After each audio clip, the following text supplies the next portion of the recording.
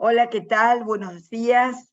Hoy es lunes 3 de octubre del 2022 y estamos dando la clase correspondiente a la asignatura Psicología Comunitaria, Social e Institucional de la Escuela Superior de Medicina de la Universidad Nacional de Mar del Plata.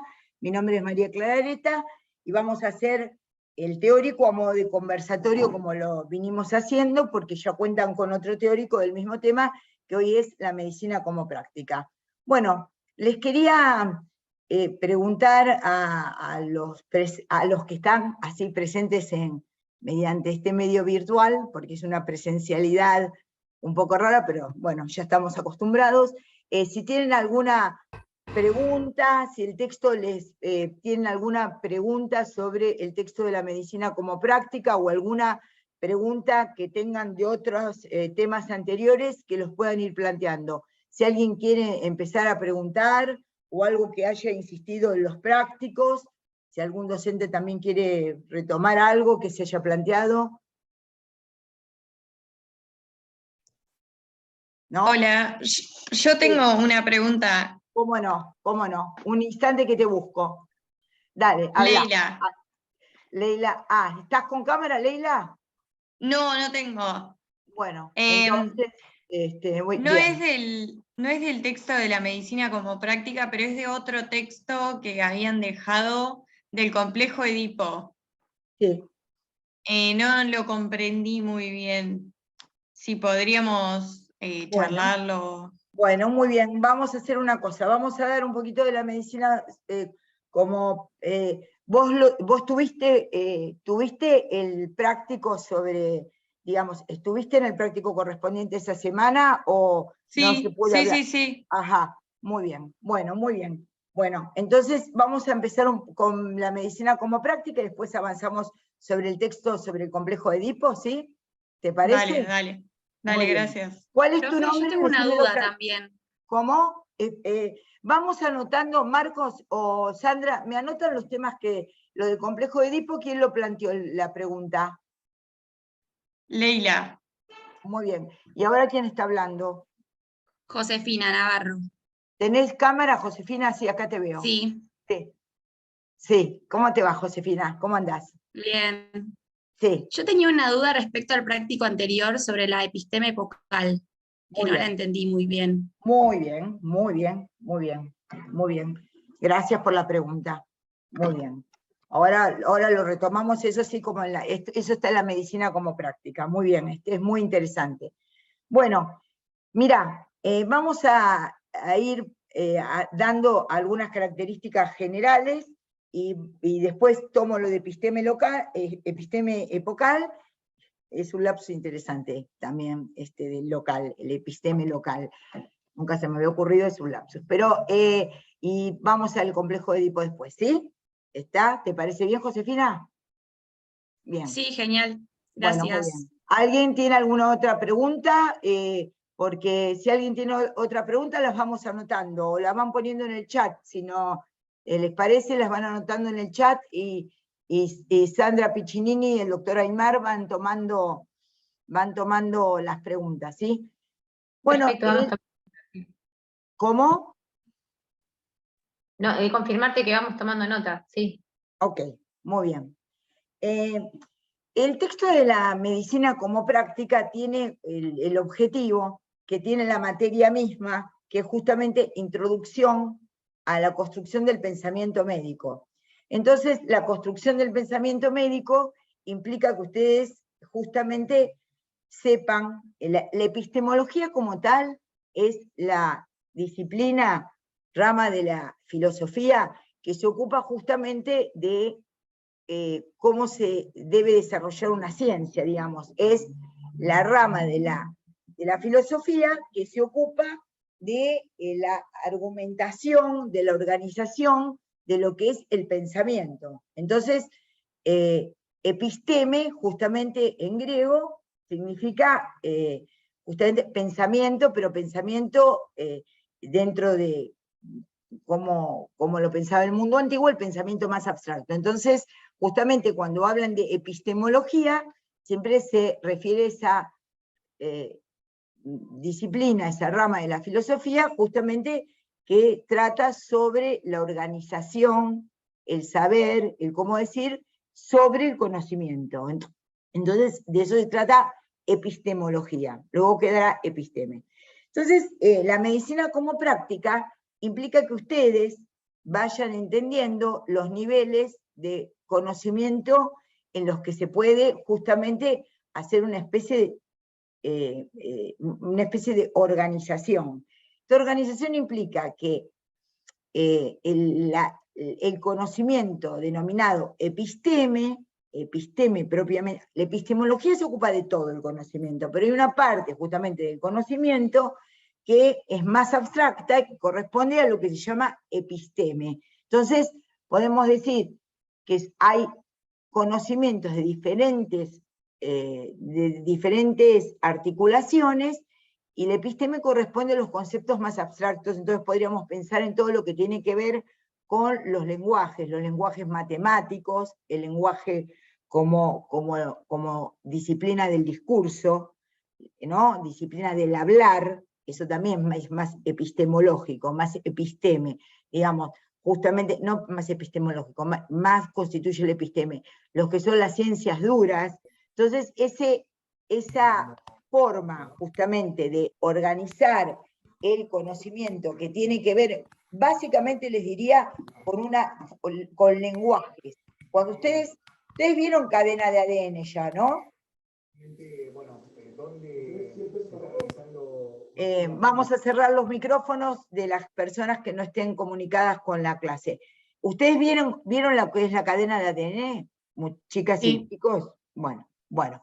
Ustedes se dan cuenta que ahí hay aplicado un episteme. ¿Por qué? Porque nadie es que corta un pedacito de músculo y ve la cadena de ADN. Entonces ustedes ven las 4 bases proteicas, ¿no? Y ahí ven la doble hélice, la estructura helicoidal. Ahora, eso no se llega a ver como si fuera un hecho nunca. Eso tiene que ver con que justamente a partir de la síntesis de proteínas que sabían que sucedían, Watson y Crick pensaron un modelo abstracto para poder escribir, ven ahí está el lenguaje, para poder escribir, para poder modelizar lo que ellos suponían que cómo se daba justamente con 4 bases, 4 combinaciones, todas las proteínas. Ahora, ustedes advierten que eso no es la observación clínica del momento de que uno ve un paciente y ve las 4 bases en sus combinaciones. Eso se va entendiendo como ejemplo, por eso esto es un conversatorio. Nadie puede ver una persona y ver dibujadas las bases de cada núcleo, de cada célula, cada ADN, no lo ve. Eso no se ve. Si ustedes piensan en el ATP, ¿saben? Adenosintrifosfato, eso también lo estudiaron, ¿verdad? Sí. Nadie puede decir, acá te doy 5 gramos de adenosintrifosfato, ¿no? Nadie puede ver el ARN mensajero. Pero, ¿cómo funciona esto? Funciona en el sentido de que uno ve un hecho que es un observable, y que luego, a partir de ese hecho que es un observable, se va a trabajar sobre qué es lo que produjo ese hecho, y se arma un modelo, que habitualmente se llama lenguaje en las ciencias, y se arma un lenguaje que da cuenta de un fenómeno que está sucediendo. ¿Y cómo se comprueba? Porque todo lo que es científico es porque puede ser verdadero o falseable. Si nosotros no estamos en el campo de la ciencia y todo es verdadero, estaríamos en el campo de la dogma, ¿no? Por ejemplo, del dogma. Nadie puede comprobar si Santa María fue virgen, doy dogmas católicos, ¿no? Si Jesús se resucitó el tercer día, eso se cree, es una creencia. La ciencia, en cambio, se maneja con conceptos que son que pueden ser verdaderos o falsos, y uno opera desde un campo más experimental, que puede ser el de los hechos, o uno opera desde un campo más abstracto, que es el de las ideas. Ahí va quedando claro que hay un campo más concreto, el de los hechos, y un campo más abstracto, que es el de las ideas o conceptos.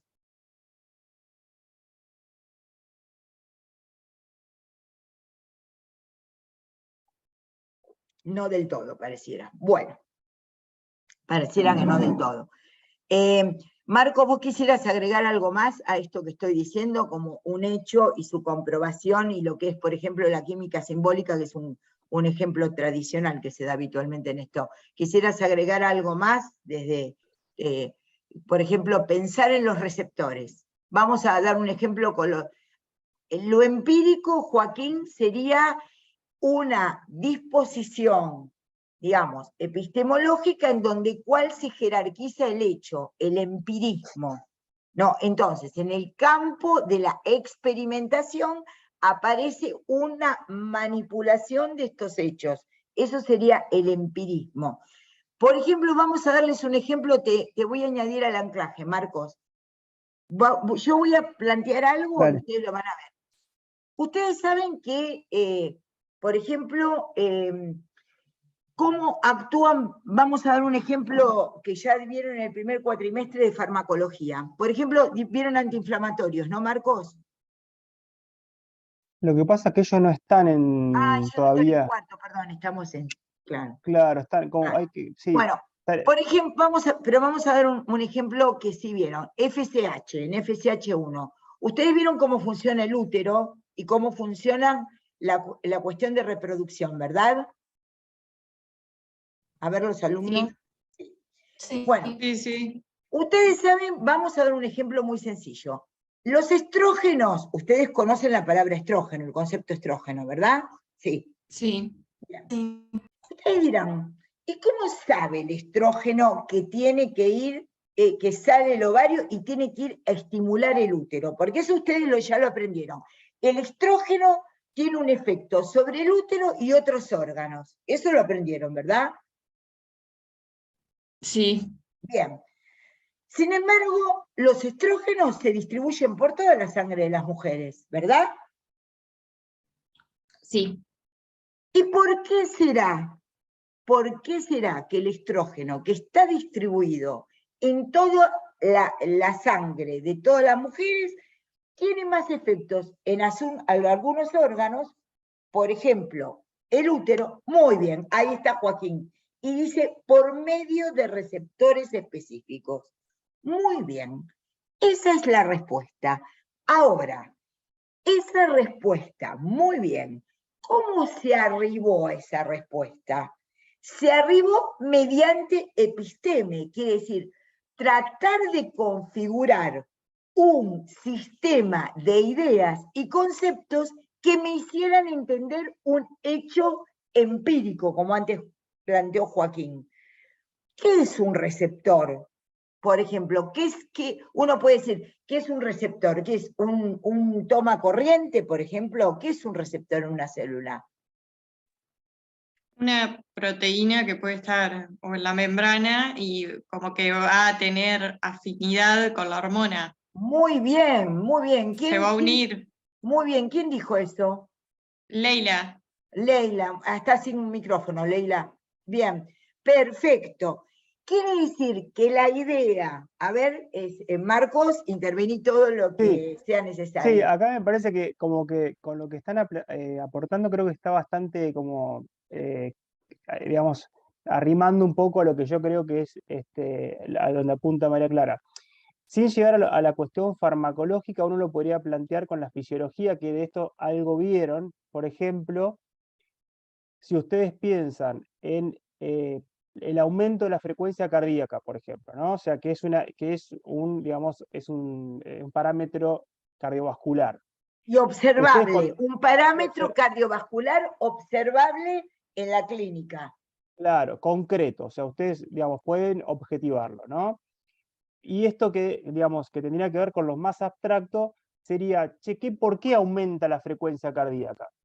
Y ahí entran en juego esto que ustedes mencionaban recién ciertos receptores, que es lo que se va a estudiar, y dice, bueno, la norepinefrina, la adrenalina, digamos, al estimular los receptores beta del corazón, especialmente el beta 1, aumentan, activan una proteína G, que esa proteína G es una proteína G, se aumenta la AMP cíclico, todos los segundos mensajeros, todas las cascadas de señalización intracelular que ocurren, es lo abstracto, que es lo que, digamos, ustedes no ven, digamos, digamos en la parte del efecto, ¿no? No sé si María Clara es un poco esto el punto, digamos, a Sí, donde es lo que perfecto, querías, perfecto. De la misma ¿no? Algo manera, así. exactamente. Uno podría decir, no es la misma cantidad de receptores que hay al estrógeno en el útero o en el cerebro que por ahí hay en el hígado. ¿Se entiende? Ahora, la idea de un hecho y la explicación del hecho implica que hay episteme, quiere decir que hay pensamiento abstracto que me permite explicar el hecho que tengo. Veo un hecho, está, por ejemplo, con taquicardia, como dice el doctor Aymar, está con taquicardia. ¿Por qué tiene taquicardia? Por estimulación de los receptores beta cardíacos, sobre todo los beta 1, ¿no? Los beta 1 beta 2 son, Marcos. Beta 1 principalmente. Beta 1. Porque, inclusive, y entonces ustedes dicen, con razón a mi abuela le dan beta bloqueantes para la presión. ¿Ven ahí cómo lo van articulando? Miren, pasaron de un hecho, aumento de la frecuencia cardíaca, tuvieron que crear toda una teoría de receptores y encontraron otro hecho, que es que encontrando una molécula que pudiera inhibir los receptores beta, que se llama beta bloqueantes, baja la presión. ¿Ven cómo van de la realidad fáctica? La realidad fáctica es la de los hechos, fáctica se llama. Una realidad fáctica me lleva a un problema. El problema me lleva a un episteme en donde desarrollo el problema y gracias a esa episteme mediante el cual, con conceptos, por ejemplo, lo que sería toda la física molecular, ¿no? Marcos, digamos, todo lo que implica la física molecular me lleva a dar un medicamento que inhibe el efecto que tuve que inferir de lo que pasaba. Porque el paciente no dice me aumentó la epinefrina, el paciente no dice me aumentó la noradrenalina, ni sabe que tiene receptores siquiera, pero eso funciona. Entonces, ustedes se van a ver en la medicina como médicos y médicas, se van a ver con hechos, pero ustedes van a requerir de una forma de pensar, de un episteme que los lleve a comprender el fenómeno que ven, dar una explicación del fenómeno que ven, y ahí van a poder tener una propedéutica, ya sea desde cuestiones higiénico-dietéticas hasta una medicación que impida desarrollar el efecto que ven. Esta materia, que se llama Psicología Comunitaria, Social e Institucional, pero también tenemos que transmitirles justamente construcción del pensamiento médico, que es esta vertiente epistemológica. ¿Qué quiere decir esta vertiente epistemológica? Que nosotros les enseñemos a ustedes cómo se construyen los conceptos que, llevados después a un efecto concreto, producen nuevos efectos. ¿Se entendió? Vamos, chicos, despiértense, sé que son poquitos, pero cuento con ustedes. Sí, sí. ¿Tienen otro? A ver si se les ocurre algún otro ejemplo, y Marcos y yo vamos trabajándolos, a ver qué otro efecto se les ocurre, similar, otro ejemplo, a ver si lo podemos... ¿La fiebre podría ser Muy bien, un ahí hecho? lo tienen al doctor, ahí lo tienen el doctor Marcos, ahí les... ¿Cómo sería para vos el tema de la fiebre, Josefina? Y el tener fiebre, que te duela la cabeza, es un hecho. Porque es algo que podés sentirlo, ¿o no? Sí, Sí, sí, es más, la fiebre es un signo, o sea, vos lo podés hasta cuantificar, ¿no? O sea, vos podés medirlo con un termómetro. Sí, y ahí sería eso lo concreto. Y después, en relación a lo que venimos charlando, ¿qué sería lo más abstracto en relación a eso? No tenés por qué Y eso es saberlo, lo que porque no sé. claro, Muy porque no lo estudiaste bien, pero todavía. está muy bien. ¿Quién está hablando? Josefina. Yo, Josefina. Josefina, dale, José, que te habla otra vez y así eh, a ver si la podemos.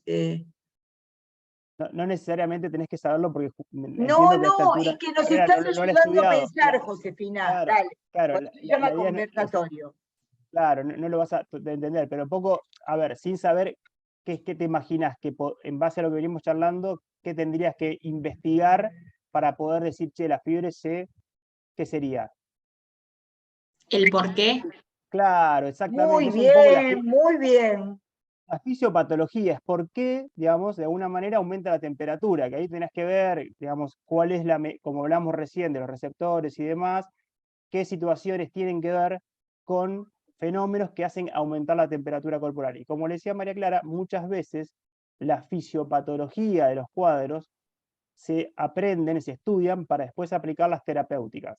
O sea, las terapéuticas farmacológicas están de alguna manera tratando de antagonizar en general, o sea, hacer un mecanismo como si fuese contrario al que tiene la fisiología como para poder mejorar lo que está alterado. Después, bueno, esto ya para más adelante, cuando vayan a farmacología, van a ver que no siempre lo que en la fisiología uno corrige perfectamente tiene la misma eficacia clínica. Pero bueno, eso es para meterme ya Eso es en otra, algo, claro. sí, Pero es otra cosa. Pero para que se llame, el concepto de hoy es ese. O sea, creo que eso es digamos, la base es exactamente, ustedes tienen un problema, un observable. Recuerden que signo, todo lo que es observable o comprobable por el médico, y que síntoma, lo que refiere el paciente. La fiebre es un signo, como les acaba de decir el doctor, porque es un observable, comprobable con un termómetro. El dolor de cabeza es un síntoma. La fiebre es un signo. El dolor de cabeza concomitante que puede dar la fiebre es un síntoma. Entonces, ustedes tienen un problema, dicen, aumentó la temperatura. Ahí tienen un hecho fáctico, un hecho concreto. Ustedes tienen que aprender que todo el procedimiento de la fisiología que están viendo en ARTI, que están viendo en FSH, que están viendo y que van a seguir viendo en las mismas materias, la explicación de ese hecho médico, requiere de conocimientos abstractos y de modelos de pensamiento que después operan en ese campo concreto que es el organismo. Pero lo que estamos trabajando acá es justamente que ustedes inauguren de esta manera el hecho de la situación de ver un hecho, entenderlo, comprenderlo, hacer un modelo que les permita comprender tal o cual cosa, y después, mediante eso, por ahí generar una medicación que impida eso si en caso de que fuera una patología, ¿no? En caso de que fuera una patología. Entonces, ese procedimiento es un procedimiento, ese procedimiento de pensamiento con conceptos abstractos corresponde al campo del conocimiento de la episteme, de lo que es la ciencia como física, química, matemática, y modelos, también las ciencias no tan duras tienen modelos, ahí puede agregar algo Sandra, ¿no? También hay estudios de ver un fenómeno social y cómo se aplica. Cuando vean epidemiología lo van a ver, cuando vean demografía lo van a ver, cómo hay variables matemáticas que permiten ver si un determinado sondeo es correcto, si una determinada muestra es representativa o no. Pero lo que es importante en esta clase es que ustedes vean que la medicina tiene diferentes niveles de conocimiento, requiere de diferentes niveles de conocimiento. Unos abstractos, más abstracto de todos, que es la episteme, ¿sí? La episteme es el conjunto de pensamientos, conceptos abstractos que me permiten armar un modelo para el cual yo poder aprender el fenómeno. Entonces, tengo un fenómeno que puede ser un observable, es un observable, una modelística que me pregunta, que me permite entender cómo es el modelo, y luego poder volver a operar sobre el fenómeno modificándolo. Entonces, fenómeno, ¿no? Observable, fáctico, todo un pensamiento abstracto que me permite entender y modelizar ese concepto, y después su vuelta a la realidad de ese fenómeno y poder modificarlo. Miren, voy a dar un ejemplo en donde, acá les dimos un ejemplo sobre dos ejemplos orgánicos. Surgió uno, el de los estrógenos, en donde hay más receptores en el útero que en otros lugares, por ejemplo, ¿no? Más receptores al estrógeno, por ejemplo, o los receptores al estrógeno están repartidos en todo el cuerpo, pero por eso no es que si uno toma una aspirina para el dolor de cabeza, sabe que tiene que ir para la cabeza, y entonces la aspirina solamente sube por acá. No, sino que hay más receptores que funcionan de una determinada manera que están funcionando ahí. El otro que dimos fue el de la estrógenos, fiebre, y el de la taquicardia.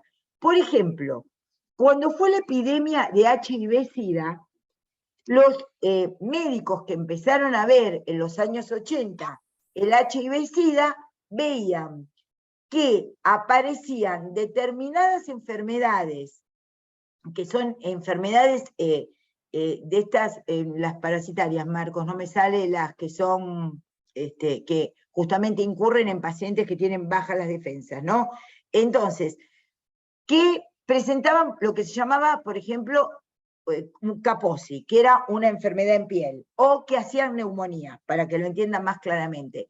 Ellos sabían, hay una película muy buena que se llama La orquesta aún sigue tocando, que es muy bueno cuando muestra este procedimiento, que habría que darla, y poder verla y discutirla, en donde se preguntan los médicos qué pasa, cómo se distribuye algo que ellos entienden que es infeccioso. No sabían todavía que había un virus oportunista. Muchas gracias, María, muchas gracias. Enfermedades oportunistas.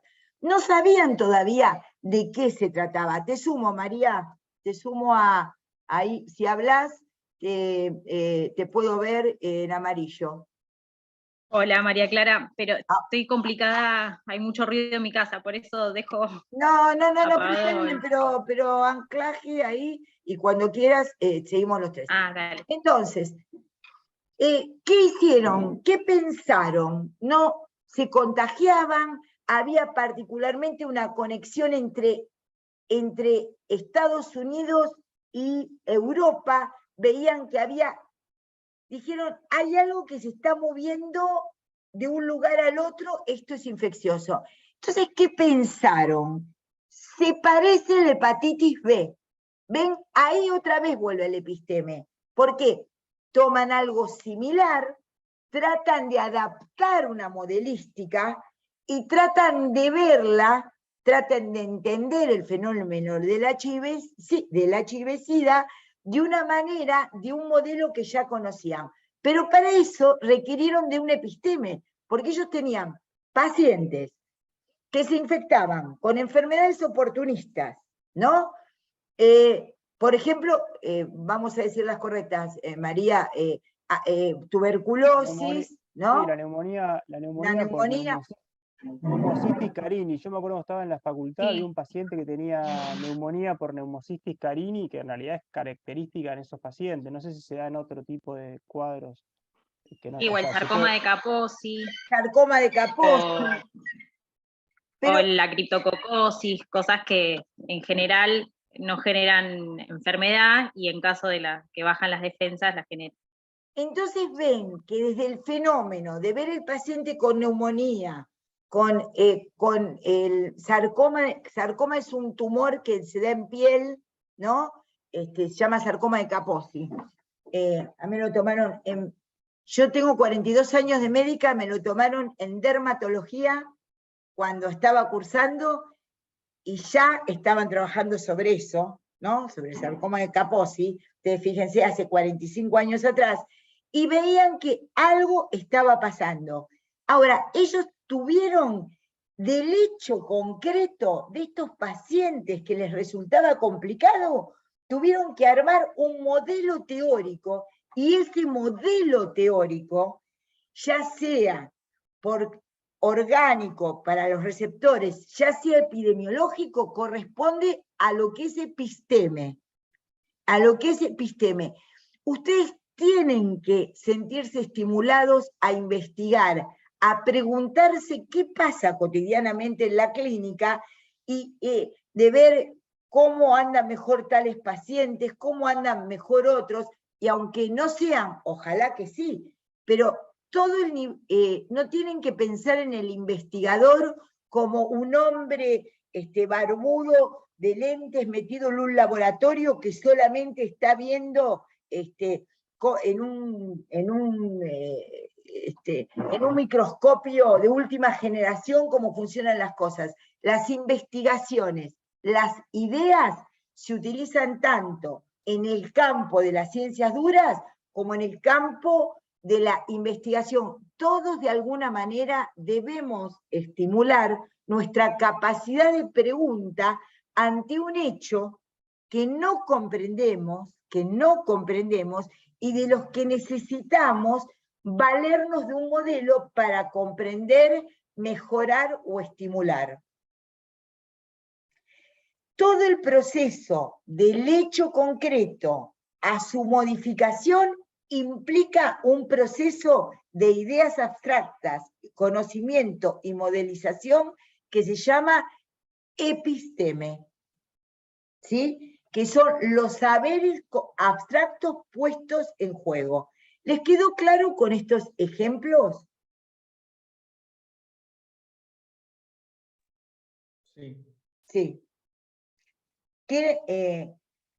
Ven cómo les dimos ejemplos que tenían que ver con lo orgánico y como ejemplos que tenían que ver con la epidemiología, digamos. No había ahí no se ponían a ver los epidemiólogos qué se veía en el microscopio. Sin embargo, pensaron cómo se movían las poblaciones, pensaban cómo se contagiaban, advirtieron que primero la población que más sufría esto era la población homosexual. Ustedes saben que actualmente no es así. María, corregime, el 80% de la transmisión del HIV es heterosexual actualmente, ¿verdad? Sí, sí, y también se da mucho en adultos mayores. Exactamente. Entonces, tomaron la población de riesgo, pensaron, ¿qué otra enfermedad se está apareciendo en su forma de transmisión a esta? El modelo fue la hepatitis B, pero ven cómo trabajaron con ideas, ven que los químicos trabajaron en la química, pero ven cómo la investigación no solamente es química y de laboratorio, la investigación es poner a funcionar nuestros procesos de pensamiento más altos y poder comparar ideas, situaciones, modelos anteriores, y eso es el campo de la episteme, de poder trabajar modelos y lenguajes. El otro ejemplo que dimos fue cómo cómo inventan con esa modelística Watson y Crick la doble hélice helicoidal del ADN. ¿Se entiende? Entonces, es una manera en donde poner a funcionar procesos teóricos abstractos. Entonces, hay esa episteme que es un saber de las ideas abstractas. Luego, ya desde los griegos, se planteaba que había otro nivel de conocimiento. No me olvido de lo epocal, no me olvido de lo epocal. Después voy a eso, Leila. Leila es el nombre, ¿no? No Leila. Leila, creo. Sí, Ay. igual lo había preguntado otra compañera. José, ¿quién lo preguntó? Josefina. Josefina, yo, creo, Josefina. sí. Josefina, bueno, perfecto. Vos preguntaste lo del complejo de Edipo. Hay otro nivel de conocimiento que es tecné, que habitualmente lo escribimos con K, tecné, que es el nivel de la técnica. El nivel de la tecné, es un nivel en donde aparece más el saber hacer. En francés se llama savoir-faire, ¿no? ¿Qué es decir? Y cómo esto funciona también en la medicina. Si ustedes saben que, por ahí lo vieron en Arti, ustedes saben, por ejemplo, cuáles son los pasos en donde se debe hacer la transmisión, cómo se debe hacer el examen de un paciente, el examen físico de un paciente. ¿Se acuerdan los pasos? ¿Los conocen o todavía no? No, no sabemos, Bueno, no lo vimos. muy bien. Vamos a decírselos nosotros que somos médicos y algo nos acordamos. El primero es la observación, ¿verdad? La anamnesis con observación, ¿sí? Es el primer paso. Después, ¿qué se hace con el paciente? ¿Querés explicarlo, María? Los 4 particulares casos donde actúa la técnica. ¿Cómo se debe revisar un paciente? María les explica. Uno va, después de la observación, ¿sí? Se va bueno, la inspección, ¿sí? Después la palpación. Entonces, ¿sí? observación, inspección, ocultación. palpación. El ¿sí? médico, el pediatra le revisaba la panza, ¿se acuerdan? Palpa. Palpa donde hay dolor, palpa donde hay crepitancia en los pulmones, palpa, ¿sí? Palpa ganglios. ¿sí? Ganglios, percusión muchas veces, para ver cómo, ¿sí? ¿sí? La ocultación con el estetoscopio, ¿sí? Después hay una técnica de cómo tomar la presión, de cómo medir, ¿sí? Cómo hacer la talla, cómo el peso, ¿sí? Cómo pesar al paciente. Entonces, observación, palpación, percusión, auscultación, son formas técnicas que los profesores les van a ir enseñando, y eso es una técnica de cómo se hace. Por ejemplo, no es lo mismo, hay 4, vamos a dar un ejemplo sencillo. Por ejemplo, ustedes saben que hay 4 focos para escuchar, auscultar el corazón. No, todavía no. Vamos a darlo con recién nacido, que por ahí lo manejan más, María. Por ejemplo, medir la cabeza, el perímetro. Claro. Medimos el perímetro cefálico, ¿sí? Después eso lo van a ver en NSE seguramente, que es cuánto mide la circunferencia de la cabeza, ¿sí? Después nos fijamos cómo son los colores de la piel, las mucosas, ¿sí? Como decíamos, la auscultación cardíaca, ver si tiene pulsos, ¿sí? Cómo están esos pulsos, algunos reflejos, estos que charlamos la otra vez que van desapareciendo a medida que va creciendo el bebé, ¿sí? Son distintos pasos para ir viendo distintas cosas. Después se lo mide, se mide la altura, también se pesa, ¿sí? Son todas las cosas que vamos haciendo, se llaman los 10 pasos del examen físico, más, ¿sí? del recién nacido. Se ve cómo están los reflejos rojos, ¿sí? Que son los de los ojos. Entonces, cuando ustedes les dan en ese nivel, ya no necesitan grandes ideas abstractas como en ese campo del episteme. Los profesores les van a ir enseñando. Se revisa al paciente de tal manera, primero, segundo, tercero, cuarto, quinto, quiere decir que les dan un saber hacer. Voy a darles un ejemplo muy sencillo que es esto. La peluquera, o el peluquero, no tienen por qué saber cuánto crece el pelo, ni cómo actúa la hormona, la hormona del andrógeno en el pelo. Saben que los hombres se quedan pelados, saben que es mejor cortar de esta manera o de tal otra. Eso también es una técnica. Cómo hacer una receta de cocina también es una técnica, porque no es que ustedes van a decir, voy a hacer chipá.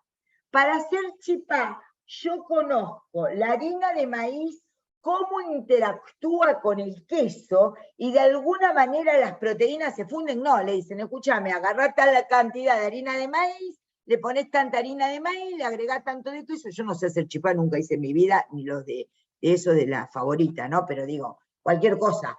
Pero ustedes no van a saber la episteme de cómo hacer chipá. No es que el chipá no tenga episteme, porque alguien empieza a pensar y dice, ¿cómo se funde el queso a tal temperatura? ¿Cómo actúa la harina de maíz, no sé, con respecto a sus proteínas? Y ahí hay una idea, una fórmula. Pero si estamos en el nivel de la TECNE, no es necesario ese conjunto de ideas abstractas para que ustedes lleguen a un resultado. Entonces, Podría ser, sí. no, perdón que te corté, pero podría ser en el caso, nosotros un poco lo charlamos en el trabajo práctico, podría ser el ejemplo en el caso de cuando se empezó a requerir de muchas personas para vacunar para el COVID-19, Muy que bien, muy bien. que tomaron a muchas enfermeras, gente que no era enfermera para colocar la vacuna. Entonces, bueno, esto ahí no le explicaban la TECNE, o sea, decir, bueno, vos tenés que ponerle la vacuna de tal manera, qué sé yo, preguntar si Lo tuvo, no limpiás sé, con alcohol, claro, le preguntás si tuvo COVID antes, o sea, algunas preguntas, pero nadie de los que ponían vacuna conocían si el procedimiento, la episteme de cómo era, si era ARN, si era, digamos, cómo se desarrolló la vacuna. Y para ese trabajo no era necesario. No sé si también es un ejemplo que puede servir. muy bueno, es un ejemplo muy bueno. Si querés ahora, Otro Sandra, que María, claro. no se escucha nada. Miren si uno iba a preguntarle, perdón, ¿no? Vieron que todos eran especialistas en el momento del COVID, ¿no? Todos eran especialistas, los locutores de la televisión, cualquiera era especialista. Mirá si vos ibas a preguntarle, perdón, ¿usted me va a poner una de ARN o es un virus ARN, es un virus ADN? ¿No? La enfermera te decía, si en los últimos 15 días no tuviste síntomas, tal, agarraba, le enseñaban cómo agarrar el tríceps y ponían en el tríceps la vacuna, de tal manera, la sacaban, ponían la curita, 10 minutos, que ese se va. Eso es la TECNE. Cómo hacer algo, cómo desarrollar un acto sin saber, sin tener los conocimientos abstractos que están sustentando ese acto. Entonces, un mismo acto, una misma cuestión que estemos viendo tiene una lectura más abstracta, tiene una lectura más técnica, pero ustedes entienden que no hay puras epistemes o puras TECNE, porque cada uno, según el punto de vista, desde donde lo vea, ¿sí? Puede hacer una episteme o una TECNE del hecho que está estudiando. Entonces, ¿es necesario la técnica para los médicos? Por supuesto, es necesario que funcione el nivel episteme y que funcione el nivel TECNE, porque vamos a operarnos de vesícula. Ya sabe el cirujano cómo entrar, cómo no barrer los canalículos biliares, cómo no barrer el colédoco y operarnos de vesícula. El tipo no se va a poner a pensar, ahora voy a pensar en cómo es la fórmula de los ácidos biliares. No, el cirujano y la cirujana saben cómo intervenir ahí. Entonces, tanto es necesario la episteme como la TECNE. Esto queda claro, ¿verdad? Todos los hechos pueden ser vistos desde el episteme, desde la TECNE. ¿Es necesario en la práctica médica tener nivel epistémico? Por supuesto. ¿Es necesario en la práctica médica tener nivel de TECNE? Por supuesto. ¿Y se va entendiendo esto, alumnos, estudiantes? Sí. Sí. Y aparece esta otra palabra que es praxis.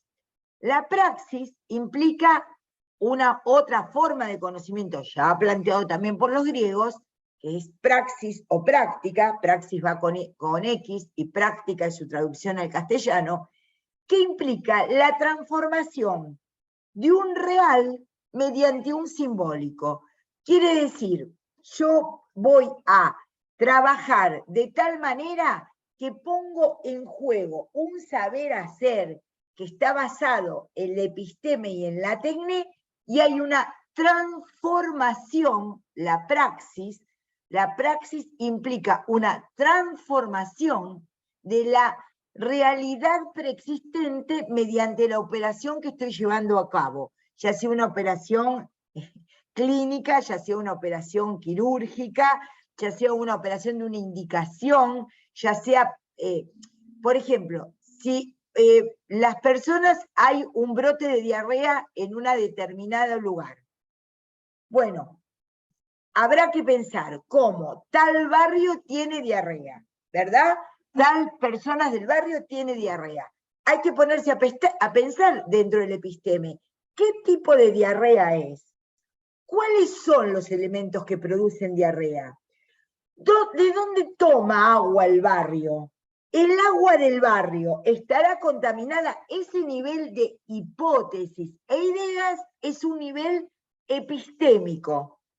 Y estamos haciendo investigación.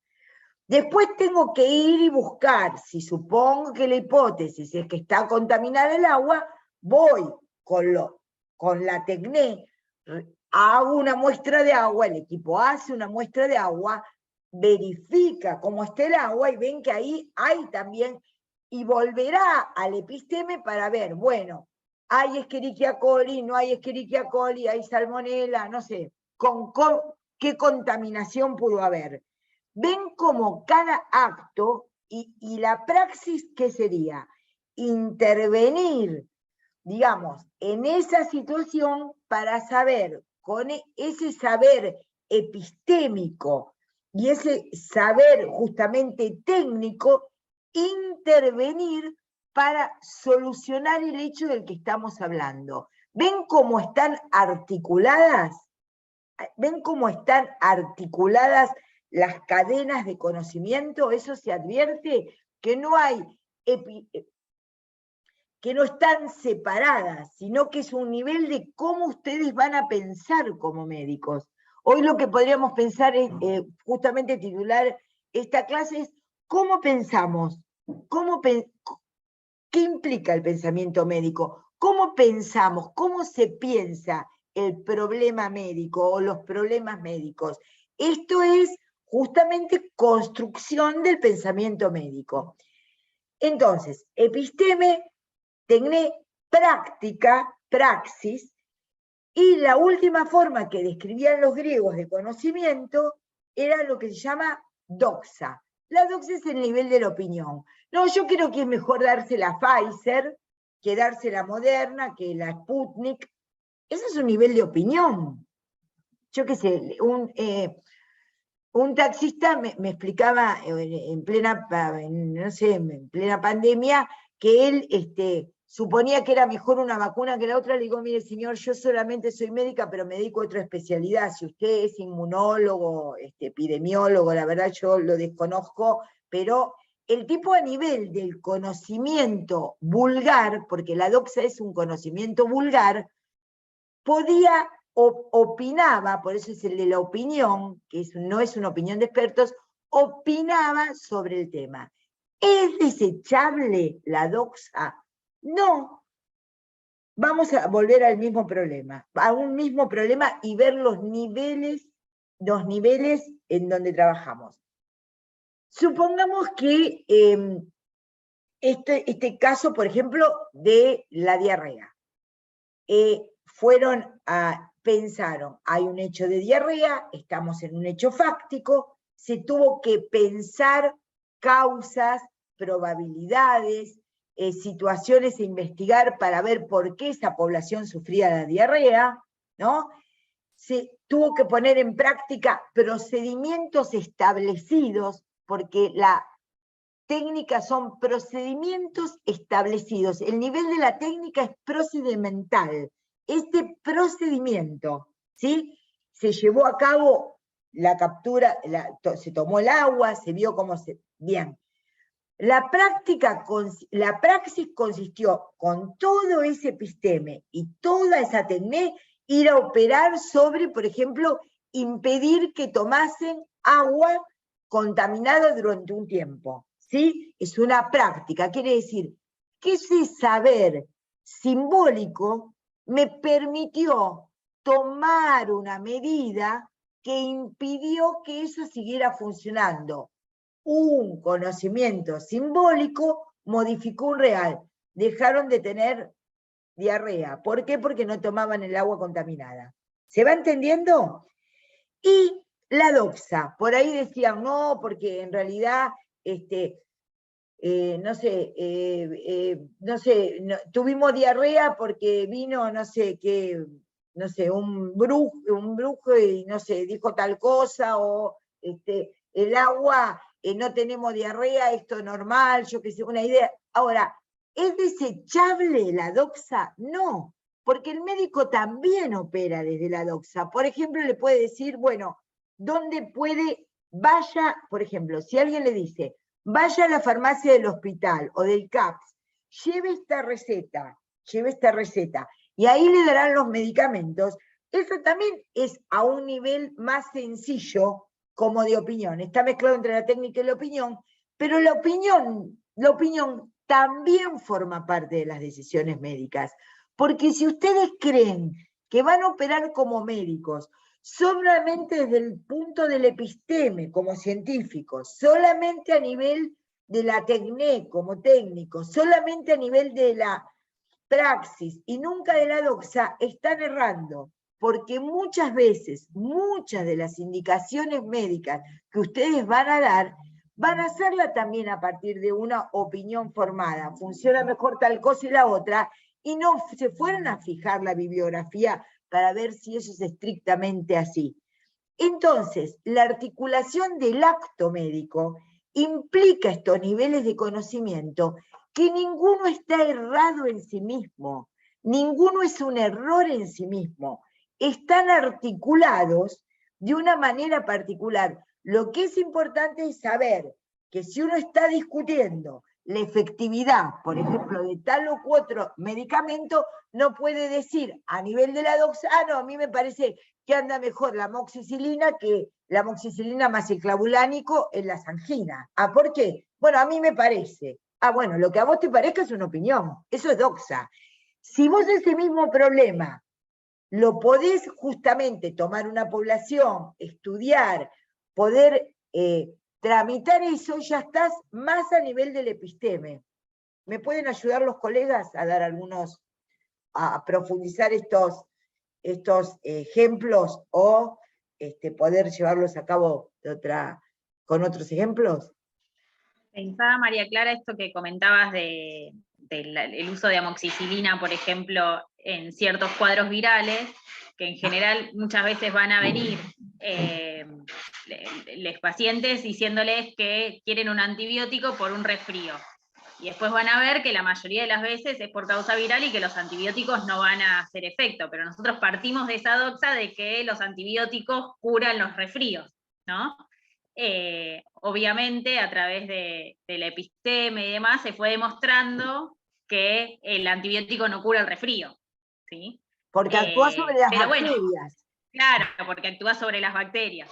Pero bueno, también sabemos que muchas veces en cuestiones de dudas, como tiene algún otro efecto, en situaciones particulares, aunque no esté estrictamente indicado, muchas veces igual se da un antibiótico, ¿no? Y ahí bien, nosotros somos quienes actuamos desde la doxa. Exactamente, quiero decirles esto.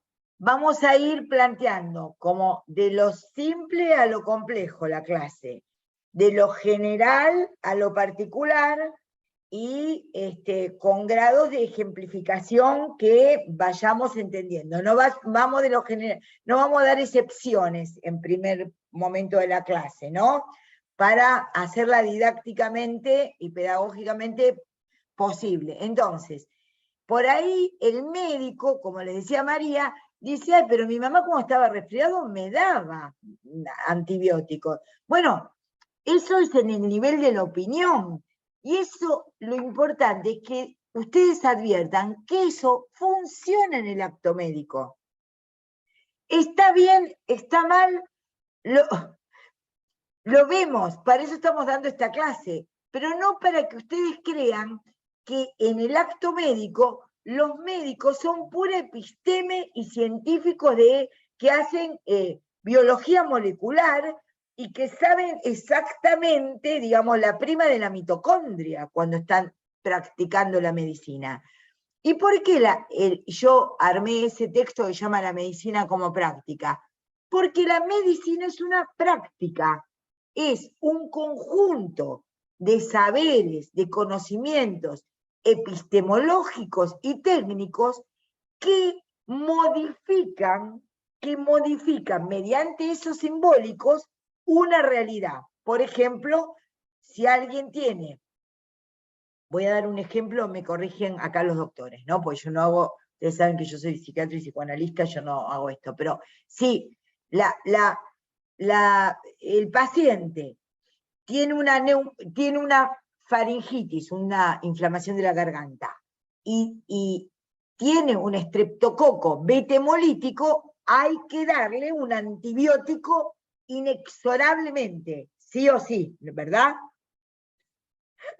Marcos, Sí, ¿estás de tal cual. acuerdo? Sí, Bien. Sí. ¿No? Entonces, ahora, en el momento en que ustedes dan determinado antibiótico, que puede ser, no sé si amoxicilina o amoxicilina más clavulánico, por ejemplo, ustedes por ahí no recuerdan, sí para el final de fármaco, pero ustedes no recuerdan específicamente cómo actúa, ¿ven? Ustedes tienen un episteme de base, pero en el momento siguen más una cuestión técnica, digamos. Recuerdan que, vamos a recordar un poquito, faringitis. Ya sé que ustedes todavía no saben cosas de medicina, pero les interesan las cosas de la medicina, pues si no, no estarían acá, ¿no? Si ustedes ven una garganta, María da los signos, inflamada, con mancha blanca que protruyen, ¿no? Protruyen. Sí, que tiene Con ganglios, que no hay fiebre. tos, que hay fiebre, das el antibiótico y no estás estudiando a ver si está siempre la bacteria o... ¿Ven cómo ahí actúa la técnica? ¿Por qué? Porque los profesores les enseñaron garganta roja, fiebre, mancha blanca que protruyen, porque si no, las que son aptas son blancas, pero son para adentro, ¿no, María? A la observación. Si son Me cortó el audio. no, que si son virales, se pueden ver algunas manchitas, pero son virales, pero están Sí, como o más está solo la ulceraditas. garganta roja. Claro. O Claro, cuando y hay si ven mucho vesículas, moco y si ven vesículas, saben que son virales herpéticas, por ejemplo, y no dan antibiótico. Pero ahí, en ese momento, no es que a ustedes se les produce como si fuese así Minority Report, o si alguno está viendo la maravillosa Abogada Wu en Netflix. No. Bueno, es una autista que siempre Hollywood dibuja, ¿no? Un poco, y esta es una serie coreana. Entonces ella en ese momento, cuando va a pensar, es como si fuera una computadora que se le presentan los papers. La gente no piensa así. La gente piensa desde lo que es una posición compleja entre el pensamiento más teórico, episteme, desde un pensamiento más técnico, que es la tecné, y genera una praxis, que es la articulación de esos momentos en donde quiere cambiar esa situación. Entonces, las preguntas que articulan el trabajo es por qué la medicina no es una ciencia. La medicina no es una ciencia porque no se mueve únicamente a nivel del episteme. Aún no, falta tiempo. ¿Falta tiempo para qué, Ana? Para ver anginas, no sé. Para la serie. Sí, a mí me sobra el tiempo. No, bueno, pero en esos momentos de distracción es sí.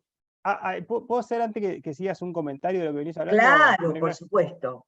Sí, me parece que un poco en esto de la episteme y de la tecné en relación al conocimiento médico, el tema de la epistemia también es muy interesante, no al nivel de lo científico, de esto de que uno piensa que está en un laboratorio, sí en la actualización y el conocimiento, porque recién hablábamos de la angina y demás, pero si ustedes como médicos no tienen la episteme, digamos, el conocimiento adecuado, por ejemplo, para tratar una infección por pseudomonas, que es una bacteria donde puede causar una muerte, y le dan algo a nivel de doxa, que ustedes creen que puede funcionar, o porque no lo conocen al tema, el paciente se puede morir. Entonces, me parece que la episteme, donde uno tiene que estar actualizado, digamos, y conocerlo, tiene que ver con una buena práctica adecuada a la problemática. Y después en la TECNE yo creo que también podría entrar un poco lo que es la experiencia clínica, no sé si, digamos, entra ahí o no, Bien, porque, digamos, sí. porque, digamos, en lo que es la medicina basada en la evidencia tiene un poco que ver con eso, con buscar la mejor evidencia posible, la experiencia clínica, que, digamos, que tendría que ver un poco con cómo uno viene trabajando y la experiencia de cada uno, y las preferencias de los pacientes, que también es un poco esto que creo que en algún momento hablabas, María Clara, o sea, las preferencias de los pacientes que, bueno, que no van a decidir sobre el tratamiento, pero a veces también uno también tiene que, digamos, dar participación en las terapéuticas, ¿no? Entonces, ustedes se dan cuenta, ¿por qué la medicina no es ciencia? Porque ustedes atienden, no es solamente ciencia, porque ustedes no van a ir a trabajar en ese momento en el nivel de la idea epidemiológica o en el nivel de la idea de la modelística del conocimiento, ni van a pensar curvas de Gauss o curvas de efectividad, eficacia o de... No, ustedes van a estar tratando un paciente y el paciente demanda la atención de ustedes. El nivel del episteme no es que no la tengan que tener presente. A la noche estudiarán, consultarán, porque tampoco es que uno se sienta así, y cual el pensador de Rodin piensa y le caen las ideas del mundo platónico. No, basta con preguntarle al otro, che, vos leíste una actualización de tal cosa porque me está pasando esto. Y por ahí el compañero dice, no, pero ¿sabés qué tal cosa? Y podemos ir a ver la otra. Cuando ustedes van a ver la segunda parte de la BP, ustedes están haciendo episteme. Ustedes ustedes tienen el caso de ABP, ven hechos, ven un relato, están en el plano de qué pasa, el hecho fáctico. Ustedes de ahí empiezan a hacer un glosario.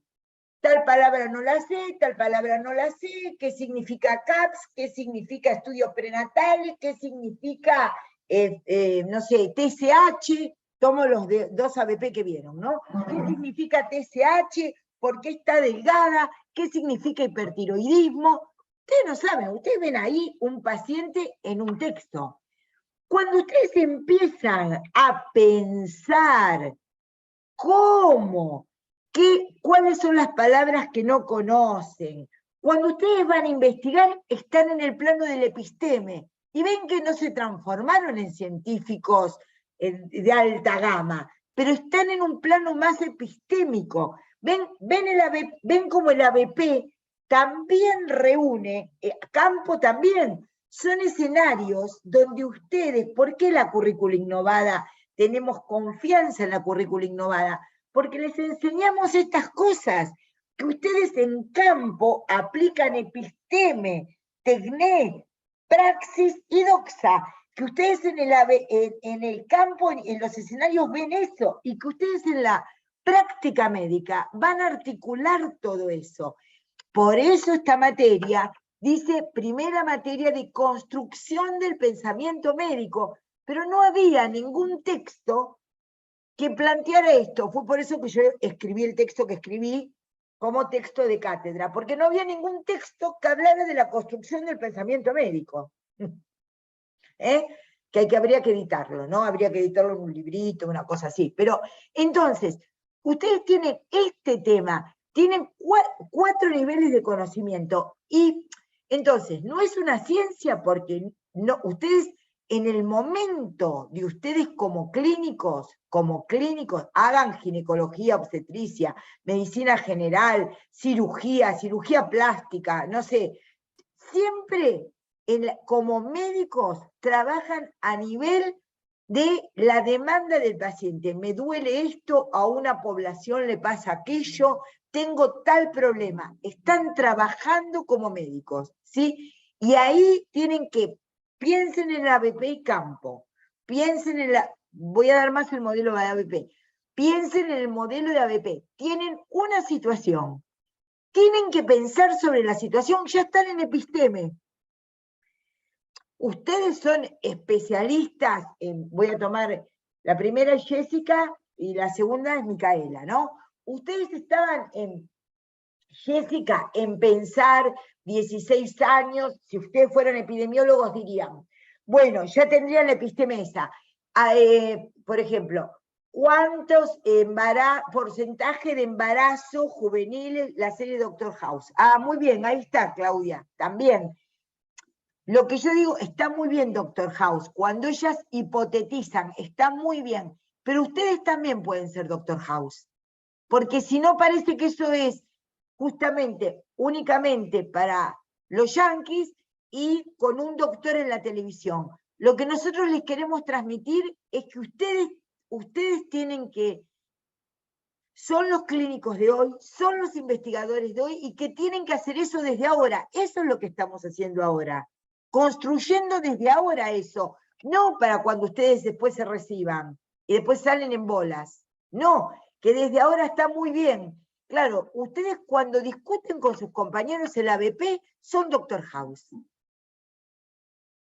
Está muy bien eso que planteas, pero bueno, nadie los está filmando, bueno, pueden enamorarse del otro y mirar así, tener yo qué sé, y ser lindos como Doctor House, que para mí es muy lindo el doctor que hace Doctor House, muy lindo. Pero bueno, pero ustedes ahí lo ven claramente. Lo que no tienen de praxis en el ABP es que como es un modelo, ven, el ABP es un modelo de cómo se enseña medicina, una modelística de cómo se enseña medicina, una forma de cómo se enseña medicina. Ahí que agarraron los pedagogos, los médicos, pensaron cómo podemos enseñar medicina de esta manera. Por eso les decía antes de empezar a grabar, este conservatorio de música, este conversatorio tiene que ver con que nosotros lo llamemos conversatorio porque los invitamos a conversar con nosotros, que nosotros estamos conversando en un panel los docentes de la cátedra, pero lo que se dé en estos conversatorios se va a tomar en el parcial y en el final. ¿Queda claro eso para toda la comunidad de primer año, verdad? Para que ustedes lo puedan también transmitir, porque si no, no ven los videos porque dice conversatorio, ¿no? Porque no dice teórico. Entonces, la medicina no es una ciencia porque no es pura episteme, la medicina no es tecné, porque miren si ustedes dicen, no, vamos a hacer así, a toda angina, vamos a ver el ejemplo de la angina, roja, con fiebre, ganglios, y se dice pápula, no sé, la mancha de la pápula blanca, les dan penicilina, listo. Claro, pero se olvidaron, si toman esa técnica, de que antes deben preguntarle, señor, señora, ¿usted alguna vez tomó penicilina? Porque si es alérgico, se les muere, entonces se les muere de un shock anafiláctico. Entonces, ven cómo ahí no solamente es deja que yo sé cómo hacerlo. Los pacientes es muy común, puede decir, doctora, ¿no me podría dar la pastillita amarilla que toma mi cuñada, que hace tanto bien para tal cosa, ¿no?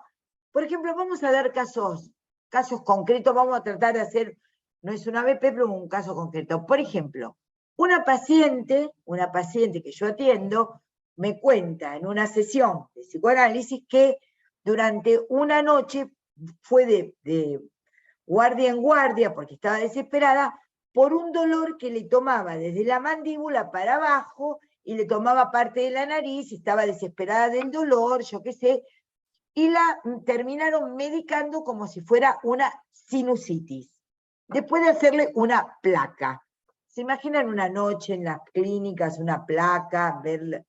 Primero que no sabían, no tenían ninguna placa anterior para ver cómo estaban los senos nasales y paranasales, y el dolor que refería a la paciente, obviamente que no se le calmó con antibióticos, porque era una neuralgia del trigémino. Ahora, yo no hago clínica, pero soy médica. Un dolor que cursa de una determinada manera, que es desesperante, que bla, bla, bla, que va de la mandíbula.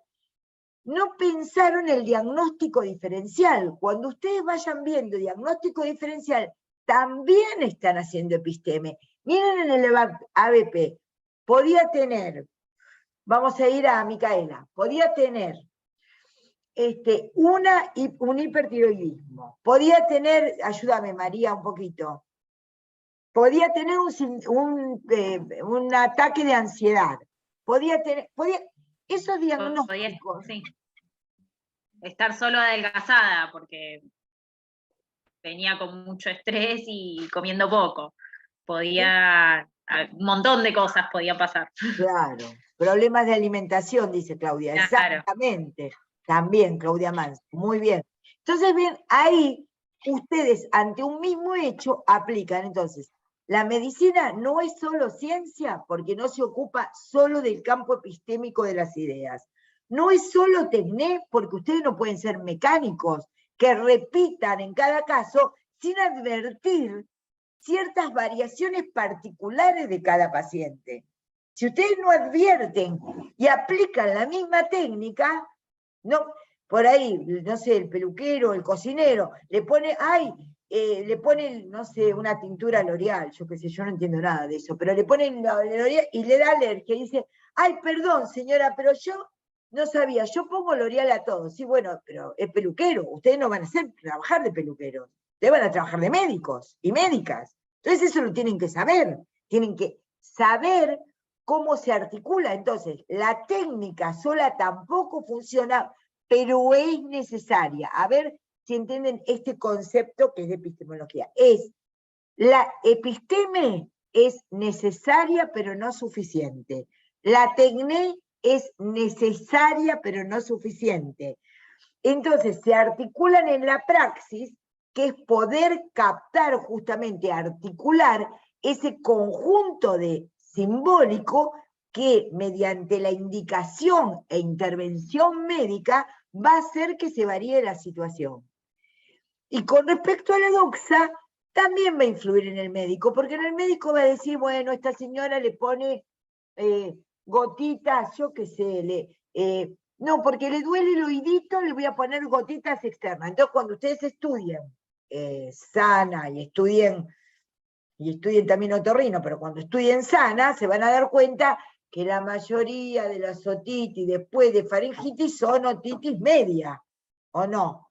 Que tienen que verla con el otoscopio y también se medican con antibióticos. No sé si se entiende. Entonces, van a aprender cuáles son las complicaciones de los cuadros aéreos superiores. Las complicaciones de los cuadros aéreos superiores en los niños, María, ayúdanos, son otitis, ¿no?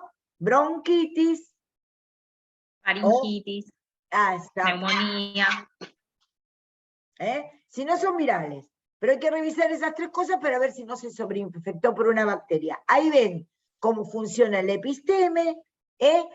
Entonces, ¿qué se supone que es cada profesor y cada docente de la facultad?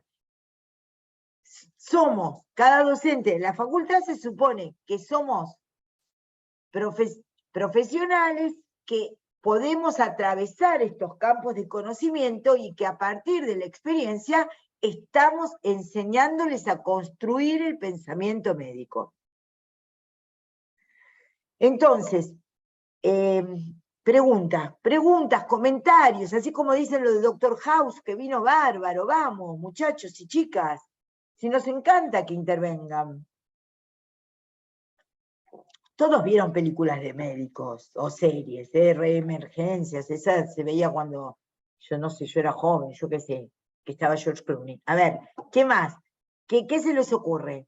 ¿Alguna pregunta, comentario? ¿Van entendiendo estos niveles de pensamiento?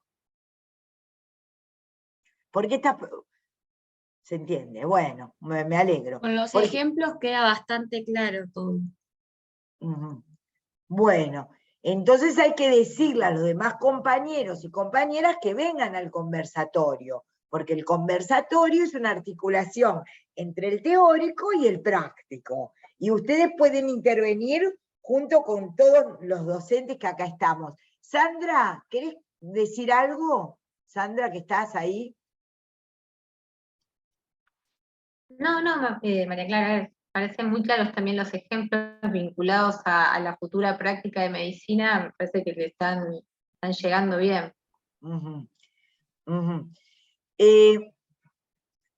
Hay cosas que, gracias Sandra, hay cuestiones que en medicina parecen similares, ¿se entiende? Y no son similares. Porque ustedes pueden tener un dolor abdominal en un niño, y el dolor abdominal puede corresponder a una apendicitis o un síndrome urémico hemolítico, ¿me entienden? O una adenopatía mesentérica. Pero ustedes tienen que tener la episteme para saber cómo diferenciar cada cuadro, si no, no hacen diagnóstico diferencial. Operan a todo, no sé, ¿se entiende? Entonces, lo mismo en una fractura, lo mismo en saber, esto es fundamental que ustedes lo sepan desde primer año, y esto se lo debemos a la currícula innovada, porque a nosotros no nos enseñaban esto, no lo sabíamos desde primer año. No sé, acá estamos 3 médicos de distintas generaciones, pero podemos decir, Marcos, ¿te lo enseñaron? No, la verdad que yo veo que la formación que tienen acá es como mucho más crítica, está muy buena, y además es esto, ¿no? Aprender a pensar en las situaciones y a partir del problema de salud, hacer un análisis me parece genial. Esto que decís de los diagnósticos diferenciales y de la terapéutica, que bueno, que no es una receta, ¿no? Es una receta de No cocina, es donde una uno dice, bueno, técnica, no es no una es una técnica, no es solo claro, una técnica. claro, no es una técnica, o sea, donde uno viene y uno cree que, digamos, ante todos los pacientes con la misma problemática va a responder o va a actuar de la misma forma. Y bueno, y eso me parece que es lo más interesante. Claro, Claudia dice, hay pacientes que con el mismo síntoma pueden corresponder a diferentes enfermedades. ¿Y cómo, por qué no es un arte la medicina? Porque me contó una vez Adriana Lacino, que no sé, me lo contó con mucha gracia, que estaba, no sé, hablando y dice, bueno, el arte de la medicina, y los estudiantes le dijeron, no, Adrián, o doctor, la medicina no es un arte, es una práctica. Y dijo, ay, perdón, dijo, es que él no hizo la currícula innovada. Es que en Bueno, realidad cuando no estaba, yo les contaba, yo estuve en Córdoba y a mí como concepto era, digamos, la ciencia y el arte de curar, o sea, yo lo había como aprendido así, ¿no? Ciencia y arte de curar, después, bueno, uno se va deconstruyendo, pero en realidad lo enseñaban así. claro. ¿Y cómo actúa? ¿Qué es el artista? Podríamos definir así, en forma sencilla, qué es un artista. Es alguien que expresa algo de su subjetividad y lo pone en juego e inventa algo nuevo. ¿Por qué no es un arte la medicina? Porque no es que va a venir una nulípara en pelviana de 40 años, digamos, con hipertensión, y vamos a decir, ay, a mí me surge que mejor la esperemos una semana para ver cómo evoluciona, porque me surge a mí de adentro hacerle un tatuaje en la pancita a la señora. No, podemos inventar, porque es importante la creatividad, pero no es solo un artista el médico por ahí, en el momento en donde varía la técnica, se le ocurre una idea en la episteme. Miren los tipos cuando pensaron lo del HIV, ¿cómo se transmite? ¿Qué tenemos algo pensado? ¿Cómo lo podemos ver? Controlemos poblaciones. Y ahí se dieron cuenta cómo se transmitió. Si ustedes le preguntan a Emiliano Mariscal es el secretario académico que tenemos, él estuvo trabajando en la epidemia en Haití, de la epidemia de cólera en Haití. Y ahí hay un trabajo que siempre les digo que lo lean, que es hermoso, porque Emiliano escribe re bien, que se llama Haití en mí, que está en Cuba Debate, es por el doctor Emiliano Mariscal, que es el secretario académico de ustedes, de nosotros, un orgullo, en donde él ahí cuenta justamente, y él me contaba, cómo no se daban cuenta de dónde venía el agua contaminada. Entonces, las cuevas de sinvergüenza que muchas veces se organizan alrededor de esas tragedias humanas, daban no podían lograr entender el mecanismo. Quiere decir, fallaba el episteme puesta en juego. Entonces ustedes no tienen que entender que el artista es Picasso, artista también son ustedes cuando dicen, escúchame, me falta tal pinza, dame una, hay una pinza que se llama Coger, ¿no? Que tiene dos. Entonces, bueno, falta tal pinza, dame que clampeo con esta pinza. Ahí hay creatividad. Escúchame, a ver, demos otro ejemplo. Me falta, tengo que arreglarle el dedo con una ortesis de titanio, viste, por afuera, o no sé, de aluminio, no sé qué. Bueno, dame una bajalengua que se lo ato con un bajalengua. Eso es creatividad. Eso es creatividad. A ver, ¿cómo podemos ver? Veo un paciente excitado. ¿Es mejor primero ver a la familia? Bueno, gracias al episteme, tomo mi especialidad, ¿no? Gracias al episteme que conozco, cómo lo veo el paciente, sé cómo va a actuar la medicación, voy viendo si primeramente hago una indicación, pues quizás médica, medicamentosa, veo a la familia y después lo veo nuevamente con el paciente. Ahí está la creatividad en juego. Entonces, no somos artistas porque no podemos, hay normas de procedimiento médico y hay protocolos, pero a veces el protocolo ante la urgencia tiene que ser modificado y ahí no funciona la creatividad. No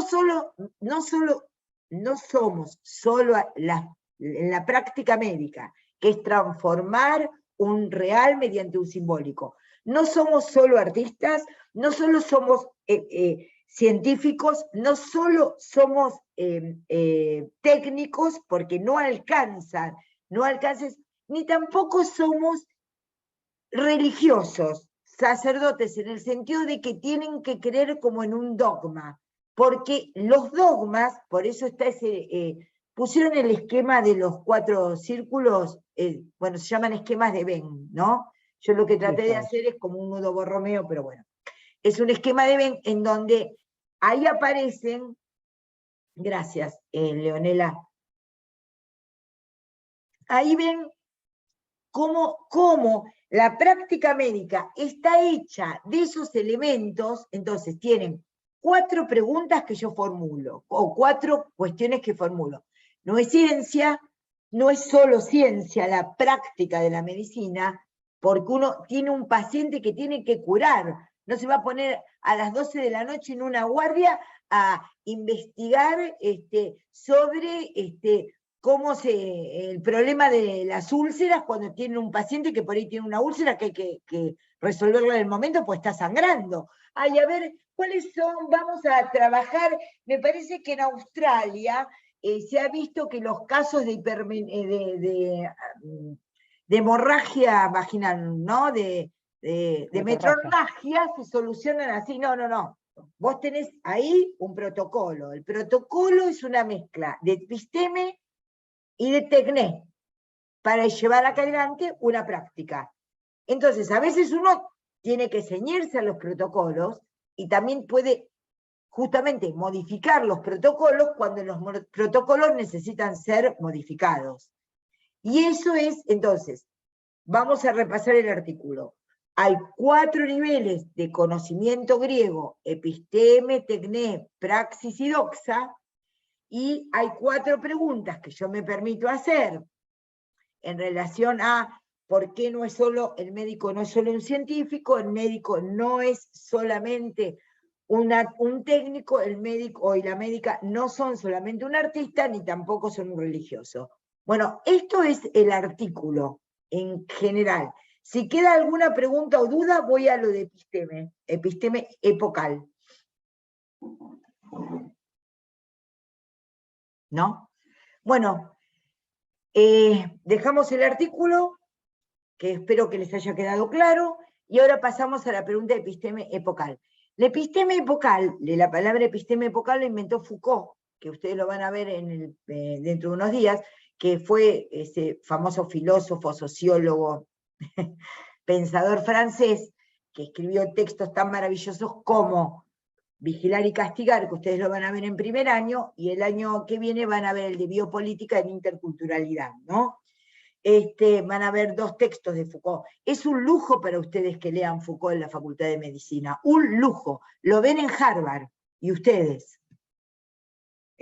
Para los que les dicen, tienen formación humanística. Esto les enseña a pensar, esto que les estamos dando les enseña a ser mejores médicos y médicas.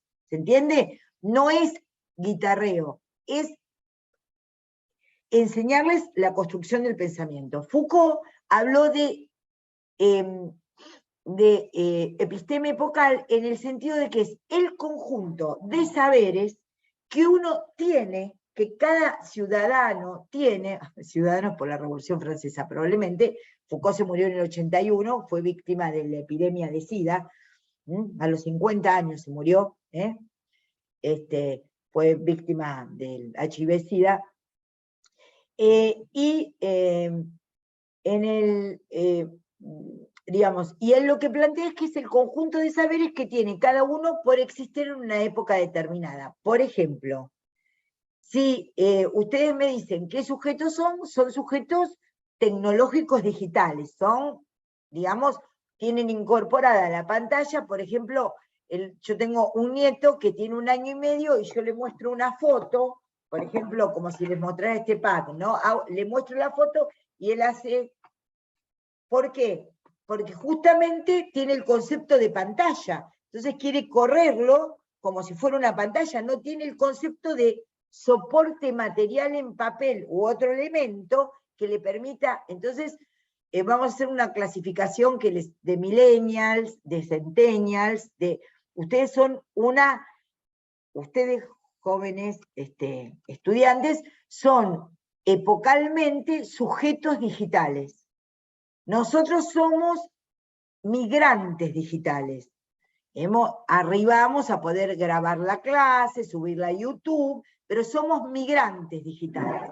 Nosotros no tuvimos desde entrada una conexión con la tecnología digital tal como se desarrolló. Ustedes son nativos digitales. Nosotros somos migrantes, los de mi generación, somos migrantes digitales. Eso, por ejemplo, es epistemología, el episteme epocal. El episteme epocal de nuestra época, por ejemplo, es poder definir a alguien como nativo digital o migrante digital. También tenemos la epistemología de la época porque entendemos de alguna manera, por ejemplo, alguna idea tenemos de lo que pasa en el ámbito nacional, internacional, y tenemos conocimientos. Obviamente que esto tiene que ver con los niveles de inclusión y con los niveles en que las personas se conectan con conceptos importantes, digamos, como, yo qué sé, como puede ser la distribución del Producto Bruto Interno. Hay gente que entiende esto y hay gente que no entiende esto. Pero, Josefina, ¿entendiste el concepto de episteme epocal? Por ejemplo, vos, desde el episteme epocal, desde los saberes de tu época, serías... ¿En qué año naciste, José? ¿Se fue? En 2003. Sos una nativa digital clásica, ahí está. Sos una nativa digital, ¿sí? Porque ya desde el 2003, vos, ¿cuándo recordás que tuviste el primer celular en la mano o la primera pantalla en la mano? A ver, intervengan otros, no se van a acordar. Y cuando tenía 11, creo. Muy bien, claro. O sea, que era mío, que me lo regalaron, pero además chica usaba la computadora. Claro, le sacabas el de tu mamá y tu papá, ¿verdad? Sí, Claro, sí. Lógico, lógico. Entonces, obviamente, cuando dicen YouTube, no, YouTube no, poné, entonces, no sé, tal cosa, y se ven, y aprietan, y tocan, entonces son nativos digitales. Nosotros somos migrantes digitales, ya vamos a ver esa clasificación. ¿Entendiste? Si Entonces, pongo ese ejemplo en el trabajo práctico, ¿está bien? Lo de nativos digitales y migrantes digitales. Sí, no lo dimos todavía, pero está bien. Les vamos a dar yo hice un cuadrito, todavía no se lo Porque los que son millennials, centennials, es una forma que tienen los sociólogos justamente de clasificar las generaciones según los nacidos en el 60, en el 70, en el 80, en el 00, en el 10, en el 20, en el 30, y sí, es una forma que tenemos de entender. Me acuerdo que la primera vez que dimos esto, hace 6 años, cuando empezó la carrera de medicina, a un chico se le carga el celular y me dice, ¿qué es un nativo digital, profe? Y a él se le caía el teléfono, ¿no? Yo le digo, bueno, ser un nativo digital es entender que casi la prolongación de la mano es el propio teléfono digital. Entonces, por ejemplo, yo, cuando doy clase, ya voy a volver a dar clase, pero cuando ya los voy a ir a visitar a los prácticos, cuando yo les digo, saquen los teléfonos, pónganlos arriba, respondan a los mensajes porque es urgente, por ahí les llama el novio, la novia, la madre, tienen que, no sé, ver dónde hacen la previa. Si ustedes son multitasking, ¿cuántos de los que estarán acá estarán haciendo otra cosa y no escuchando la clase? Ojalá haya llamado la atención de algunos que hayan estado participando en la clase como los que intervinieron. Ahora, la mayoría están haciendo varias cosas, ¿o no, chicos y chicas? Eso, el multitasking también define al sujeto de nuestra época. Ahora, el sujeto de la Edad Media tenía otra. Te escuchamos, profe. Yo voy tomando nota de lo que... El sujeto de la Edad Media tenía otra episteme, cafecito y escuchando. Muy bien, Ricardo, yo no me hice café hoy, ahora voy a tomar café. Entonces, el sujeto de la Edad Media tenía otra episteme, creía, digamos, la idea de Dios, de las basílicas altas, del espiritualismo, ese era el episteme de la Edad Media. Entonces, a medida que el avance tecnológico va acelerándose, hay más variaciones de episteme, cada episteme tiene su nombre. Claro, Claudia, cada episteme, digamos, está muy bien la pregunta hecha, y es de respuesta difícil, muy bien preguntarle a la profesora, ponerla en aprietos.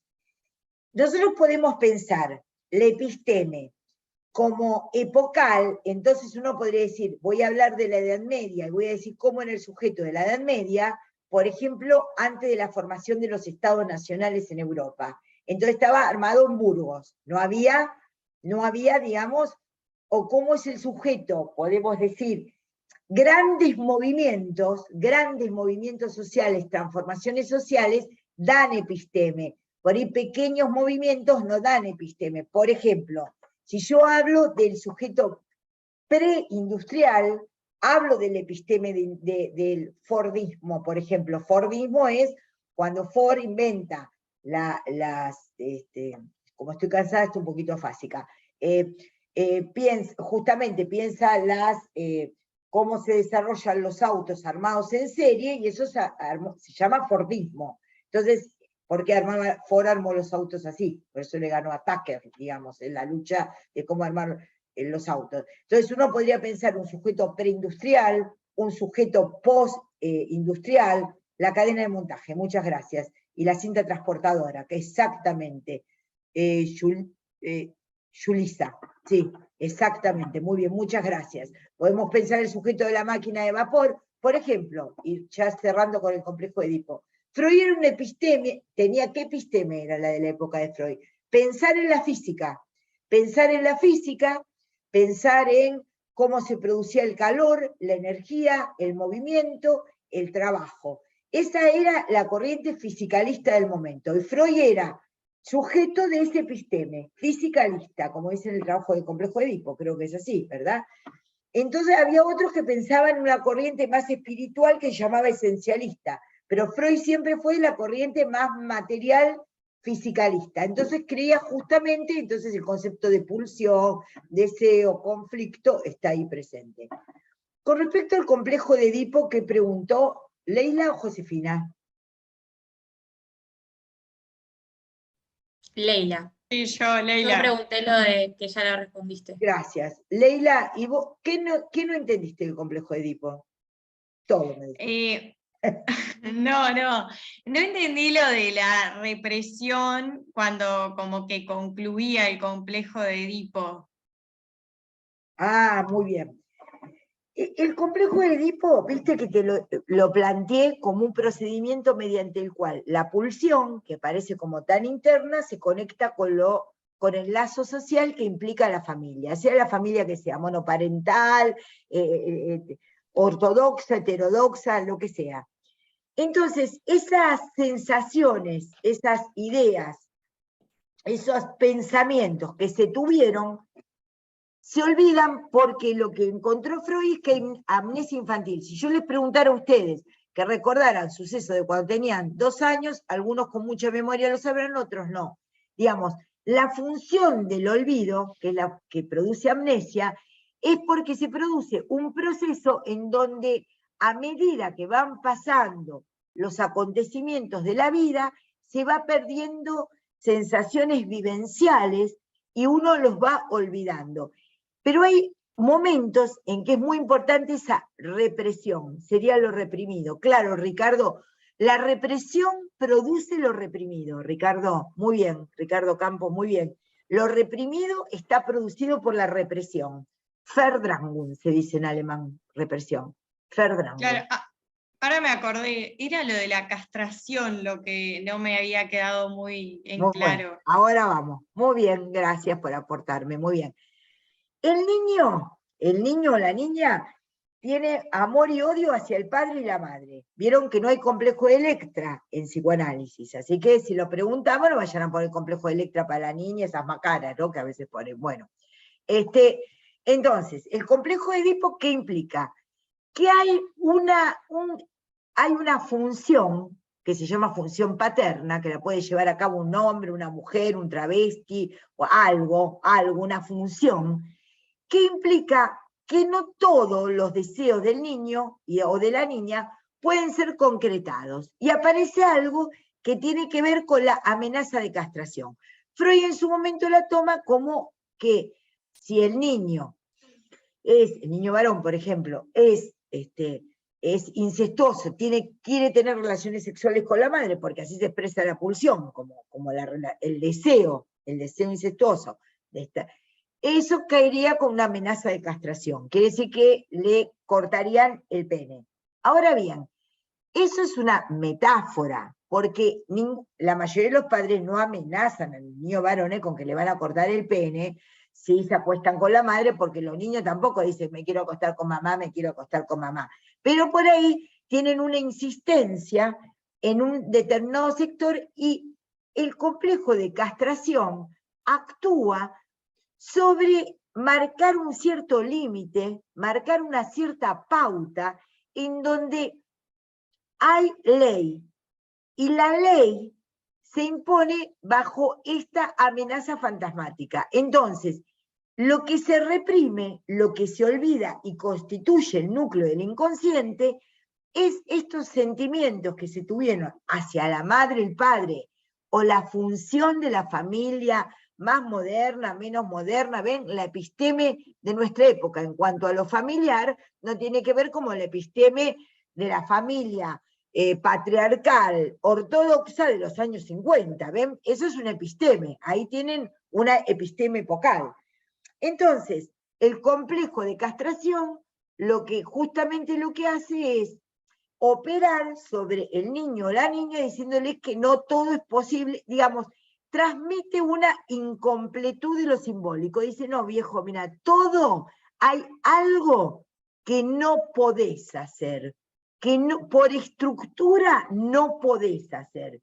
Y ustedes dirán, pero no hay pacientes o gente un poquito más perturbada que otra, que se acostó con la madre. Bueno, sí puede ser. Hay varones que se acostaron con la madre, pero lo que podríamos decir es que simbólicamente, si pudieron acostarse con la madre, es porque eso no funcionaba como madre. Porque el concepto de madre, el concepto de lo que no se puede hacer, uno podría decir, es alguien ante la cual se puede considerar un trauma.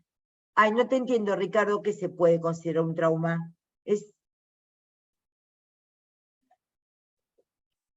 No, el complejo de Edipo no es una teoría del trauma. El complejo de Edipo es una teoría de las fantasías sexuales infantiles. No es una teoría del trauma. No. No. Sí, le ocurriría al infante, dice Ricardo. Sí, al infante, el infante en articulación, el lazo social con función madre y función padre. Entonces, lo que se olvida es, para lo de Lelia, lo que se olvida es, lo que produce la represión es generar un núcleo de lo reprimido olvidado, que es las sensaciones incestuosas hacia un progenitor, hacia función de padre, y el amor y el odio, amor, incesto y parricidio, amor es incesto, porque hacia los padres es incesto, y parricidio es intento de matar, y uno, digamos, lo olvida bajo la amenaza de castración por la represión. El proceso de la represión es el proceso mediante el cual queda como reprimido esas sensaciones de la vida infantil, de la sexualidad infantil.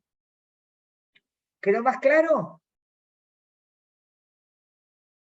Sí, ahora sí, es como la amenaza que marca el límite. Bueno, yo en el texto me ocupé de escribirlo. Perdona, ¿Lelia o Leila sos? Leila. Leila, mira, Sí. es la amenaza y la comprobación de ver lo que el niño varón o niña entiende que es un niño castrado, que es la niña. Entonces, Claro. funciona la amenaza como decir, escúchame, profe, tengo que irme, muy linda la clase, gracias por responder mi duda. Josefina, anda, y yo también me voy yendo porque tengo que ir a atender al consultorio, y los demás docentes también, pero gracias por tu pregunta, Josefina, y por tus intervenciones. Leila, ¿no? Sí. Sí. Leila, el tema es este. Es la amenaza más el entendimiento por ver una niña, cree que eso se produjo. Por eso no es ningún trauma, le decía Ricardo. Ah, Porque cuando ve una niña dice, ¡ay, acá está! Me amenazaron y es verdad, a alguien le cortaron el pene y a nadie le cortaron el pene. Es una niña, pero el niño en su fantasía no lo entiende así. claro. ¿Entienden? Articula la amenaza con lo que ve. Para el carajo lo articula, pero así estamos hechos en el psiquismo, ¿me entienden? El psiquismo humano está armado de esa manera. Articulando una cosa que no va con la otra. Digamos, tiene una combinación particular. La amenaza de castración que decirle no, porque por ahí le dice, no te voy a cortar el pito, sino, no, con mamá no dormís esta noche, o no tomás helado de chocolate, o no a algo. ¿Se entiende? No a algo. Eso funciona como una amenaza. Y después, cuando tiene que entender el mundo, lo entiende articulando esa amenaza. Bueno, si no queda ninguna duda, pregunta, y si los docentes aquí presentes, Sandra, Sandra, Marcos y María creen que hemos dado por terminado el conversatorio, lo damos por terminado. Queda claro que lo que se da en el conversatorio y se agrega en el conversatorio se toma. No suplanta al teórico, no suplanta al práctico. Es un punto que tenemos y que implica el programa en que tenemos que responder por horas de contacto de ustedes con la materia. Episteme epocal, entonces sería el conocimiento, la forma de saber y hacer determinado en cada época. Muy bien, Leonela, muy bien. Y el ejemplo de poder pensar cómo piensa el hombre, pensaba el hombre de la Edad Media, cómo pensaba el ciudadano de la época preindustrial, cómo piensan ustedes, que son justamente nativos digitales, son ejemplos. Por ejemplo, el feminismo, no pensamos de la misma manera ahora que hace 25 años atrás, como pensamos el binarismo sexual ahora que hace 25 años atrás. Entonces somos sujetos epocales. Bueno, gracias a vos, Martina, muchas gracias. Gracias a mis compañeros docentes, a Sandra, a María, a Marcos por haber participado y a todos los que aguantaron, ¿sí? La clase. Besos. El lunes que viene es feriado, no hay conversatorio, pero se va a subir un teórico correspondiente, ¿sí? Que les vaya muy bien. Chau, gracias. Muy amables. Chau, chau. Nos vemos.